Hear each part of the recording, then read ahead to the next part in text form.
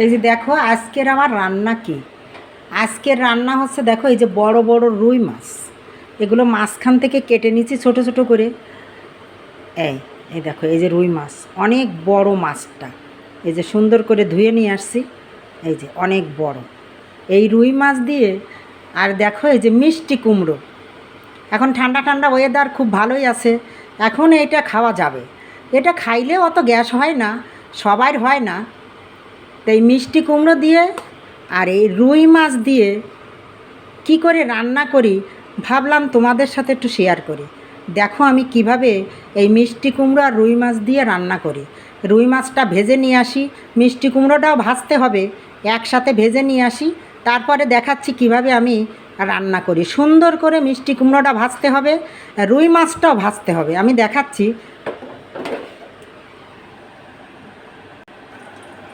এই যে দেখো আমি কুমড়ো আর মাছটা ভেজে নিয়ে আসছি, এই যে একসঙ্গে রাখিছি। এই হলো মাছ ভাজি। এই যে এই যে দেখো সুন্দর করে মাছগুলো ভাজেছি, এই সুন্দর করে একদম লাল লাল করে।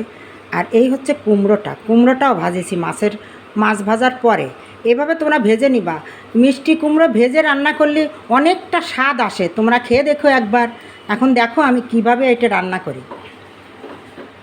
আমার তেল গরম হয়ে গেছে, আমি এখন পেঁয়াজটা দিয়ে দেবো।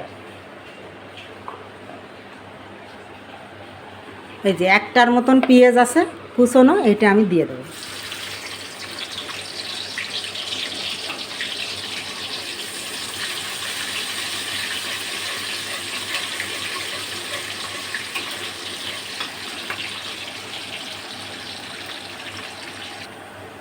এই যে দেখো পেঁয়াজটা একটু ভাজা ভাজা করে নিলাম, একটু হালকা লাল লাল হয়েছে, অল্প, বেশি না। এই এই যে এই যে দেখো এরকম হবে। এখন আমি এর ভিতরে আদা রসুন ধনে জিরে একসঙ্গে বেটে রাখি, তো এই যে এই যে দেখো একসঙ্গে মিক্স করে রাখি। আদা রসুন ধনে জিরে একসঙ্গে একসঙ্গে রাখলে ভালো হয় কি, এই যে রান্নার সময় সমস্ত আলাদা আলাদা করে কিছু দিতে লাগে না। এই যে সেখান থেকে আমি এই 1 চামচ ওর ভিতরে দিয়ে দিলাম। এটা একটু হালকা পাতলা একটা ঝোল হবে,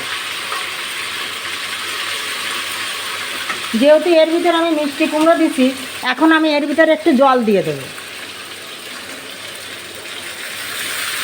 হালকা একটু জল দিয়ে দিলাম।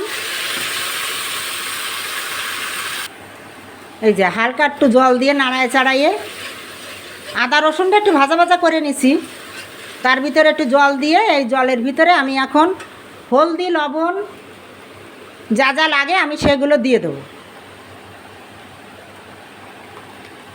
এই দেখো আমি অল্প কটা ঝাল দিলাম, একটু শুকনো ঝালও দেব।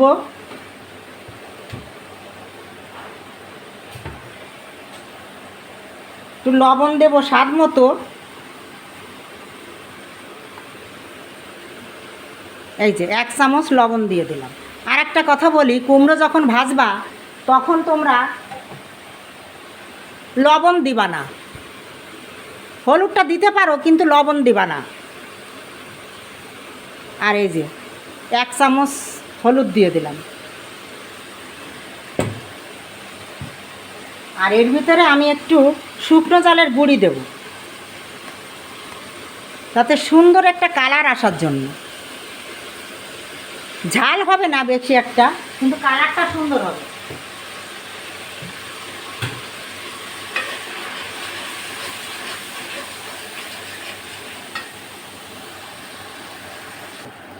এই যে দেখো হয়ে গেছে আমার। এই যে এ তো না কষালি হবে না, একটু কষাই নিলাম, তেল ফুটে গেল। আর যেটুকানি জল দিছিলাম জলটুকু নেই। এই দেখো কত সুন্দর হয়েছে, এই যে কালার আসছে খুব সুন্দর।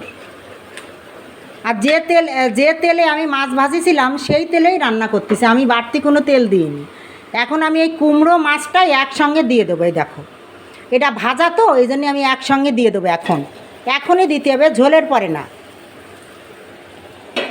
দিয়ে হালকা একটু নাড়ায় চাড়াইয়ে, বেশি লাগবে না, হালকা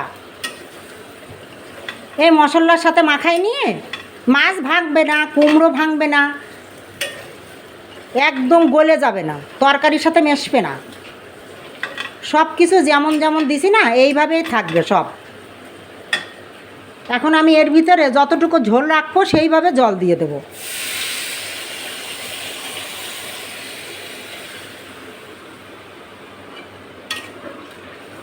তোমরা যেমন ঝোল খাবা তেমন জলটা দিও। হ্যাঁ, এই দেখো হয়ে গেছে।